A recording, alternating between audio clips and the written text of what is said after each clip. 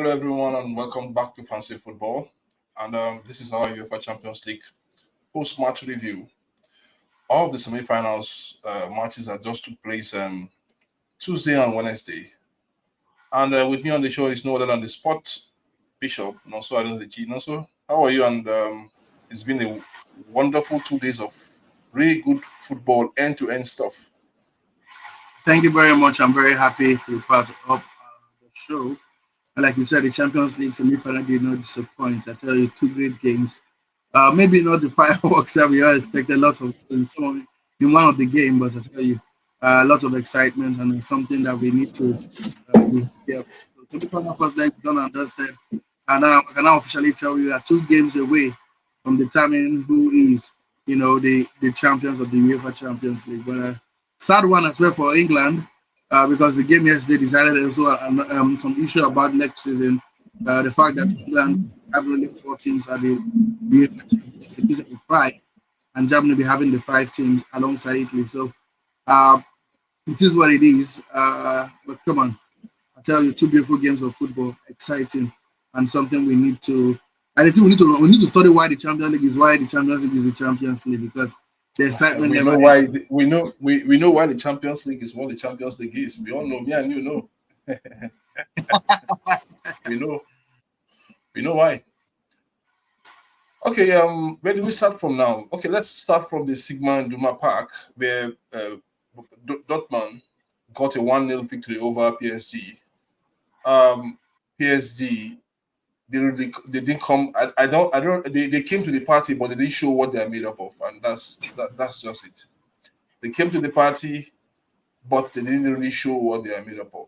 They were able to calm the crowd at a certain point in the match, and they were able to ensure that they controlled the game. But on the final third, Mbappe and his co-host did not really deliver. They struck the post twice. I think that was the nearest they've came to in getting a goal. And Kolomowani put a ball on target, but the Dortmund keeper was able to put it out. So, but this is what it is in the match. The match was just made for the fans. Was made for the Dortmund fans. They controlled every tempo of the game, even when they checked their players when they had the ball. And they boo, let me use the word boo. They boo the opponent when the opponent had the ball. But this didn't really shake up the Paris players. It didn't shake them up. But it was a wonderful atmosphere as usual at the Signal Iduna Park in Dortmund. I quite agree with you. But I don't know, a lot of people are busy talking about how good and brilliant how Dortmund were on the night. But I must tell you, I don't know. I'm quite skeptical about that one, because I feel, to be sincere with you, I must be sincere with you. I feel like Dortmund missed the chance of going 3-4-0 up in that encounter, and they could pay dearly for it at the Parc des Princes. PSG themselves also were no pushovers. They had their own chances. Mbappe hit the crossbar with that beautiful coiler. Also with Achraf Hakimi as well, he hit the bar. Just immediately after Mbappe didn't hit the bar. Yeah. You see that the god of soccer looked like it was smiling at Dortmund at that point in time, but couldn't have to go to Dortmund for getting that victory. You see, the goal by Niklas Füllkrug, that goal was absolutely one of the best goals I've seen so far. They come through with the left foot, with the right foot, I beg your pardon, and the way he smacked that ball immediately, he controlled it with his left foot. Tells you why the Champions League is one of the best leagues. Come on, you can only see that in the Champions League. They come on, the pass, the control, the finish. Dortmund had chances as well to get that job done. Like I said, 2-3-0, but they couldn't. But the shining light in that encounter, Jadon Sancho. Wow, what a revelation that boy was yesterday. Like at least he was the man of the match on the night. Come on, if you watch that game, he made Nuno Mendes look ordinary. I think Nuno Mendes will have to stay longer in the doctor's hospital and the recovery room because of what Jadon Sancho had done to him. He went past the young man as if he was not even. Yes, because he just came back from the recovery room. Maybe that's why his form is just what it is. But absolutely, he was a young man. As at the 25th minute, I think he has had more in a single game in the Champions League. Nuno was totally outplayed. That was outturned. We'll get to Bayern Munich now. Look at one of the worst performance As you know, had an off day on the night, and Sancho enjoyed that battle. You know, I before the game, I was thinking it was going to be a battle to look out for. Where both teams, I know the left back, Nuno is a quality left back, very good defensively, and Sancho as well can be very deadly on the attack. But it was one-way traffic. Sancho had all the joy in that game. But like I said again, would they be cursing their luck for not taking full advantage of the fact that they had those chances and did not take it? We know how terrible the Parc des Princes can be. But come on, man, what a game it was. The yellow wall at the Signal Iduna Park. You need to see the fans. Wow. It's like an experience every day, every game for Dortmund, because the fans, they come in their numbers, they shout in the high. And you can see how the fans are taking home to the players. The players will stand on the ground facing the yellow wall after the game. Like they were having a conversation with the fans. You know, so come on. It's difficult for the team to go there and get the result. PSG tried as much as possible to keep the scoreline respectable to take to the Parc des Princes. But I can tell you, come on, the game is far from over. PSG can come in the second half like they did in the second half of the second game, like they did in the second half of this game, and force something to happen. But wow, good example of Champions League football. And again, though I still think that the best of the worst, but still that game lived up to expectation. It wasn't really a game for all the neutrals around the world. Yeah. Okay. I just think that PSG will be slightly having the favorite tag when they play at the Parc des Princes.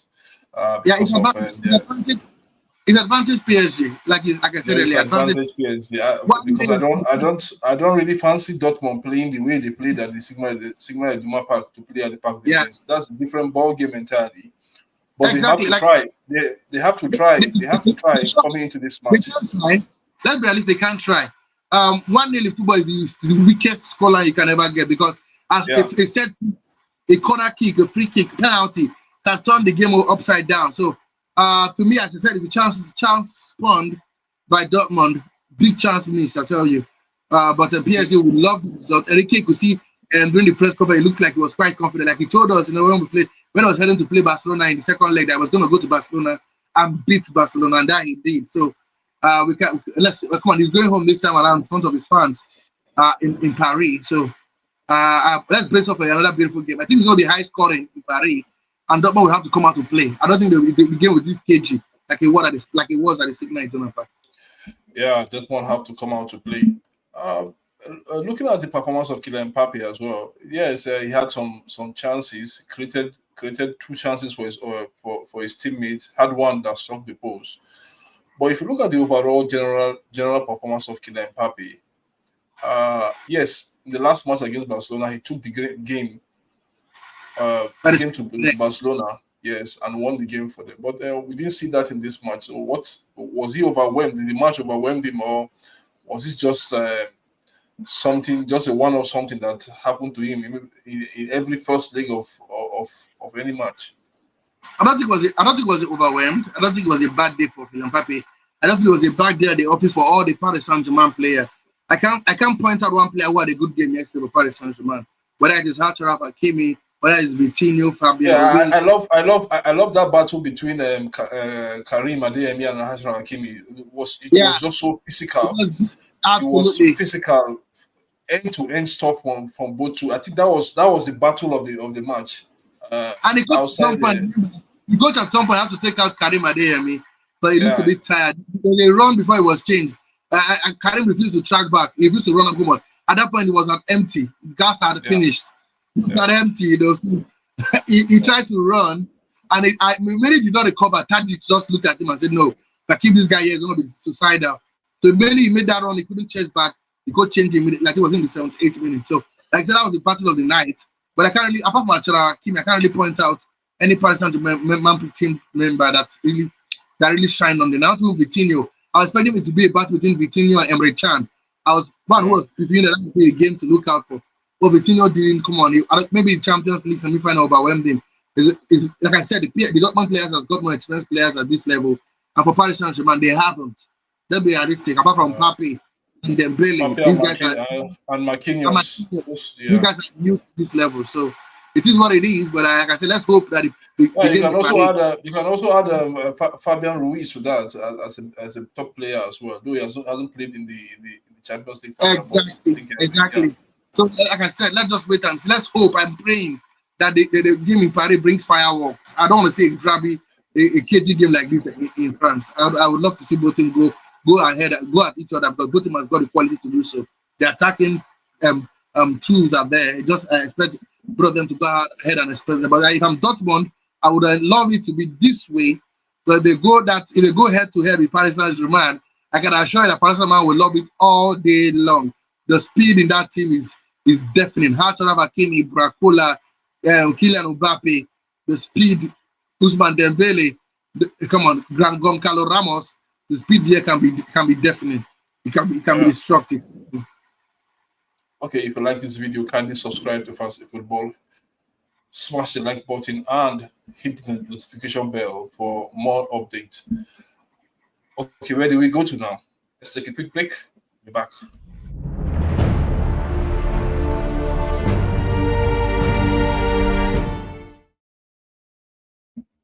Next to the match between Bayern Munich and Real Madrid at the Allianz Arena, we look at this match and fortunately, the both games this midweek were steady.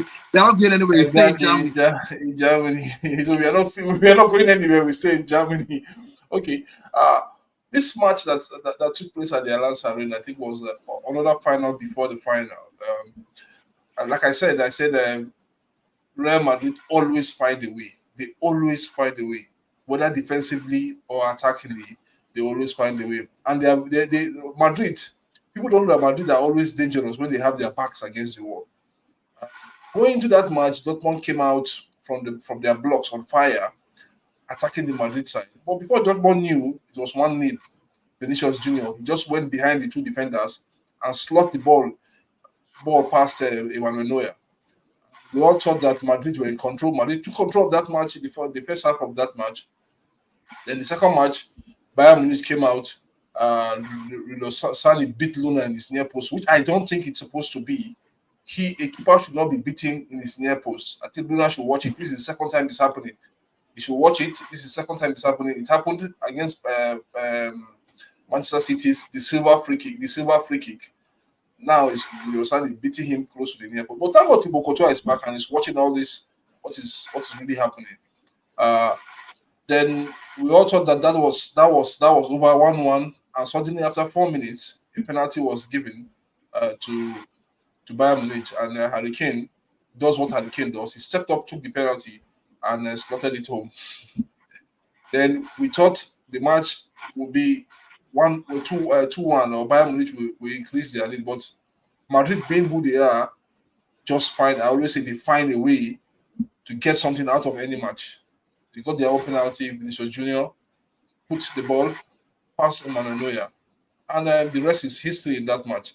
So looking at this match, and going to the second leg of the quarter of this semi-final, everybody is saying it is advantage Madrid because they are playing at the Santiago Bernabeu, a new atmosphere, different from the Santiago we know before.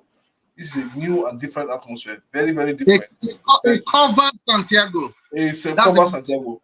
Very different from what we know. Yeah. So exactly. It might be very, very, very, very tasty for Bayern Munich. Looking at the whole team entirely, yes, they were playing at home. They got the goals they needed, but they couldn't win the match. But I still don't see this Bayern Munich team. I'm looking for an area where this Bayern Munich team will hurt this Real Madrid team, and I just can't find any. I know you agree with me. I quite agree with you, and then that's why you see a certain Thomas Tuchel was gutted, considering that penalty the way they did on Son Heung-min. There's crisis right now in Bayern Munich, and when the coach went straight, the coach looked in the players and criticized the player publicly. It's not about Son the Korean centre back who was in copy for the first group of Vinicius Junior. Vinicius Junior soaked him in and then had a turn on him with pace. And I tell you, he couldn't catch up. And what a pass from Cruz. That pass is heavenly. It's from the Chelsea's. I tell you, the Angels were proud of that pass. Split the defense into two. And the finish was, as usual, Vinicius Junior scores. And the penalty again, I don't know what he was doing, trying to wrap his hand around Rodrigo. Let the guy go. He spinned you ready, man. He spinned you. Let him try. It's better than having a penalty. He could spin and then Neuer could save the day. But he grabbed on the player, stopped him, got a penalty for Vinicius Junior again, bang. But there's a certain player I need to give kudos to. You know, before the game, it was a battle. Oh, would it be a battle between Germain Musiala and of course Jude Bellingham? So say, oh, who is the better player on the big game? Shocking news. Both of them failed woefully on the night, in my section. It was a certain Harry Kane who came up with the goods again. See, I don't think I can't remember the last time Harry Kane had a bad game. You know, if he's not scoring goals, he's making an assist. This guy has scored 43 goals this season. And for the 3 appearances, his best scoring season ever. The last time he hit 41 was in 2017-2018 season when he did that with Tottenham Hotspur.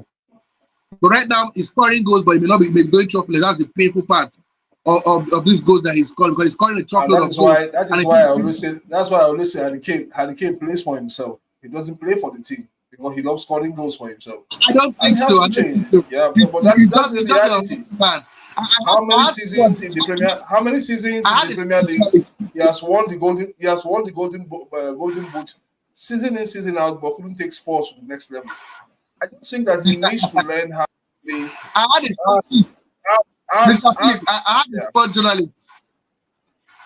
had a sport journalist. You get, saying that he would prefer to have the career of Jamie Vardy than have the career of Harry Kane. That despite all the goals and assists Harry Kane has put together, he hasn't found a way to win love. But Jamie Vardy has won a lot for himself. And he's right. He's right. Come on, man. Everybody has won the Premier League. This is a job. And all the things that Harry Kane has done at 31 or 20. What's his age now? 31 or what's his age? 30? I think he's 32. He's 31. He doesn't have any time anymore. He has to win something. Was history? He will go down in history. Everybody will say Alan Shearer has 200. He won the Premier League for Blackburn, and that he has gone down to history as a winner. He won the Premier League for Blackburn. But when they get a new manager, he has to do it. He has to do it. He will win the league next season. Nobody knows. Nobody knows. And anytime they fail, and let me say this to you. Anytime Bayern fails to win the league, they go 2 years down without winning that league. It might happen next season. We don't know. That's so let's see the problem. But let us put that. But this time they have Harry Kane. This time they have, that's different. That's the deal breaker. They have a certain Harry Kane. That is the deal breaker. Anyway, the truth is this, man. Harry Kane was fantastic again. Come on, I think his career would speak for itself when he retires. But man, I feel for the young man. I think he needs a trophy as quickly as now. And that's why maybe I'm tilting towards Bayern Munich winning the Champions League. For that emotional, maybe because of the emotional attachment to Harry Kane. Come on, you can't score goals with different style. If you head, your left foot, your right foot, your chest, free kick, penalties, and not just win something. It's unprecedented. He's not the first player that hasn't won anything. No, he's not the first player. He's not. Ronaldo won something. Ronaldo did not win the Champions League, but he won something. And the Kane has not won anything. He won the World Cup. Any competition. That's the painful part of Harry Kane. He has not won anything. Maybe he's not meant to be. So let's move on. Let's move on from Harry Kane. Let's move on anyway. I think Bayern Munich, I think, to be sincere with you, they were the better team against Madrid. They were the better team against Madrid. They created much chance. But at the first 15 minutes, the position was 72-28. They had like 7 or 8 chances before even Madrid hit. They had a shot off target. There was a couple of missing all of them, and Andre Lunin, what a goalkeeper. We heard that he has signed a new contract with the club now to 2028 for all his good things he has done since Thibaut Courtois got injured. But that tells you why. So I don't think Bayern Munich will not be happy with the 2-2 draw. But the typical Madrid will find a way to save themselves from the jaws of death, even if it's by throwing in a knife and just trying to hook the ground and just jump out, or maybe applying the life support. They just have a way. Vinicius, from absolute nothing, Rodrigo got for a penalty 2-2, and all the hard work of Thomas Tuchel, who I think was fantastic on the night. The players were top notch. I think the only poor player in the night was Kim Min, and the coach had to go at him. He said the guy was greedy, and that's why he made all those mistakes. He was in short. I just hope it does not affect his dressing room heading to Santiago, because the reports were heading from those that the guy, there's a lot of bad blood between now the defender and Thomas Tuchel. He did not like the way that Thomas Tuchel presented his speech, presented his blame game. He felt to be more professional. Not Thomas Tuchel. He can always have a go at players. Go and ask the best of players. Yeah. If I send you the door, it was not happy, because I tell you, it was a big chance spawned by big chance miss. Big chance. Come on, Come on, Bayern Munich had no business not winning that game. At least taking a win. At worst, a win to the Santiago Bernabéu. Now it's advantage Madrid. What they need to do is, but they need to now go into that game, get the first goal. The pressure will now rise up for Bayern Munich. They will now want to chase the game. When they chase the game, they leave themselves open to the attack of Rodrigo, Vinicius Jr., and Jude Bellingham, the Mr. Santiago this season. So, advantage Madrid, but come on, Bayern Munich had a great game on the night. But again, two mistakes, or should I say, two individual quality from Vinicius Jr. and Rodrigo helped them again to get something from the game. But seriously, on the night, Bayern were by far the better team. They had the better possession. They had the better chances. They controlled the game. But Madrid happened, as always. Yeah, as always, they find a way. They find a way. Like I always say, they find a way because history is behind them. Okay, finally, let's go to our winners and losers of the UEFA Champions League semi-final first leg. First of all, the match between Dortmund and PSG. Who is your winner and who is your loser? The winner for me has to be in the Dortmund game has to be no other than Jadon Sancho. He has silenced his critics. He has put everybody, I don't think so. I don't really think so. I just think that he's coming. I have my reservation, Frank. I have my reservation. You know where my reservation lies. You cannot be bought for 70 million pounds and you become shambles just like that in the club. I understand United have their own issues. Or put that one aside. You'll be selected to play for a club time in, time out, and you don't come up with the goods. If you tell me what is my take on Jadon Sancho, I just think the Premier League is not meant for him. He should remain in the German Bundesliga. He cannot cope. And let me say, absolutely, it's not meant for him. And when I say something like people will be laughing, and when you look at it, it is a reality. It's not meant for him, and he has to stay in the German Bundesliga. If he will stay, Dortmund has to cough out the same 70 million pounds they bought him for. United, and that's just it. It is not 40. It is not 40 million pounds. It is not 40 million pounds because he has a 5 years contract and a 1 year extension with United. So it is not 40 million pounds. It is not 60 million pounds. They have to cough out the same 70 million pounds for that same player if they want him. And that's my own take about Jadon Sancho. I don't think Dortmund can afford that amount. That is why they are coming out with in the press, telling the press he's back on form, blah blah blah blah. This putting their nose where they are not supposed to be. He's on loan with you. Just stick to the loan, and at the end of the day, go and negotiate with United. If they want to sell him to you guys, then sit down, bargain with them. 60, 70 million pounds. You take your player and you go. After all, he wants their player. Anyway, that's my positive. Jadon Sancho, an absolute bonkers. What a player! Beautiful game. A beautiful game he had is my positive. Kudos have to go to Edin Tadic, the coach of Dortmund, and I knew he could make them play this way. They were not fireworks. It was controlled. It was every team now build their team on organization. So kudos to Edin Tadic for that way he set up his team. But it has to be Jadon Sancho my positive. My negative, yes, now brings me down to my negative. I know it will be so sad, but I have to call him out. His name is no other than Ousmane Dembele. I expected this guy to have after what he did with Barcelona, the whole press was agog with Ousmane. Even before the game was the man. Oh, what Ousmane would do at the Signal Iduna Park. Ousmane was kept quiet. This is the worst game I've seen him play on the Paris Saint-Germain jersey. Maybe if the pressure, overwhelmed him. Then to me, he's my negative. Alongside Nuno Mendes, you already know why. Because if Sanchez is on fire, Nuno Mendes was absolutely terrible. So that's my positive and negative from the game between Dortmund and, of course, Paris Saint-Germain. Okay. Bayern Munich, Real Madrid, winners and losers. Oh, come on, man. It has to be Vinicius Jr. He is the biggest winner. The boy always finds a way, man. He finds a way. Come on, man. He always finds a way. And everything, and of course, Cruz for that pass alone. He just rolled back the years, playing in a club in his old stomping ground. They were even booing him. To be frank, they was having fun. They booed him, but Cruz also played well. They gave some a kind of pass Cruz gave him, identical pass like Cruz gave. But unfortunately, Vinicius Junior couldn't get the goal in because Manuel is too tall as well in that encounter. So For me, positive has to be Vinicius Junior, and of course, I must call Harry Kane because he's now the joint top scorer in Champions League with Mbappe, and alongside, not forgetting the man of the moment, Manuel Neuer. I think he kept Bayern Munich in the game. But Madrid didn't play so well, but when they had their chances, who stepped up to save them? Manuel Neuer. So that's my positive. My negative, yes, I have to call it's Kimi. Come on, it's obvious. It's obvious, man. The guy had a terrible game. He would have considered the shot. He made like 5 mistakes, 5 similar mistake he made for that Modric pass that Vinicius played the ball and was saved by Neuer. He had an for a reason, a player who I trust so much, who hardly put a foot wrong in the defense, had a bad game. Maybe this is the weak point we haven't seen. A player who will run our team, who was always willing to run our team. He was absolutely empty on the night. Very, very shambolic display by Kim, the Korean international. So there is my negative alongside. Now, I must call this name Jude Bellingham. Oh yes, really bad. He didn't step up to the plate.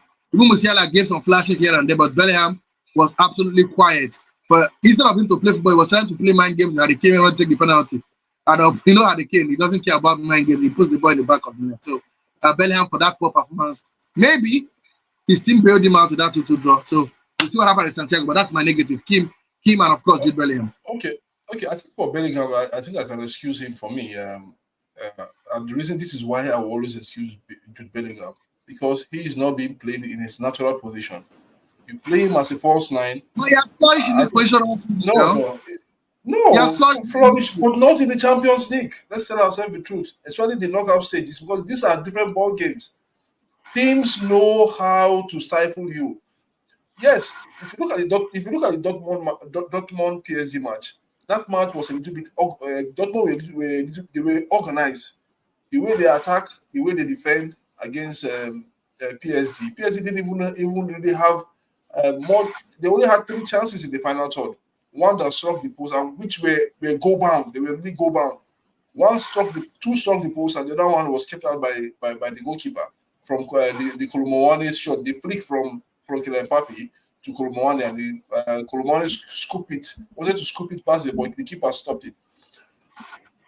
That is how Dortmund, whether they will play like that at the Parc des Princes, nobody knows. But if you look at the match between Real Madrid and Bayern Munich at the Allianz Arena, you will understand that Madrid needs a top striker. They just need a top striker. They don't need. That is why he is finding it. He is finding it so difficult. If you had a Karim Benzema in that match, I'm telling you, it will be blowout for Real Madrid. It will be blowout here. But Jude cannot do the work of a striker. He's a midfielder. He has the brain of a midfielder. He thinks like a midfielder. He plays like a midfielder, not a striker. And that's why I want to really excuse him. Yes, he might have a poor game, but that is not his job. To score goals is not his job. He might have scored a lot of goals, but to score goals is not Jude Bellingham's job. Okay, we'll draw the curtain from in this for this edition of the UEFA Champions League review show for this week. We'll be back with our pre-match review on Monday, hopefully, where we will try to analyze what will happen in the second leg of these matches. With me on the show is Nonso Aludeshi. Thank you so much for being part of the show. Absolutely. Thank you, our viewers, for being part of Fancy Football. We just hit a little bit higher than 900 subscribers, and hopefully, just give us like this video. Just in this video, please, if you watch this video, just give us at least 10 likes. We are okay. 10 likes is okay for us, and subscribe as well. See you when we see you on Fancy Football. Bye, Nonso. Bye. Cheers.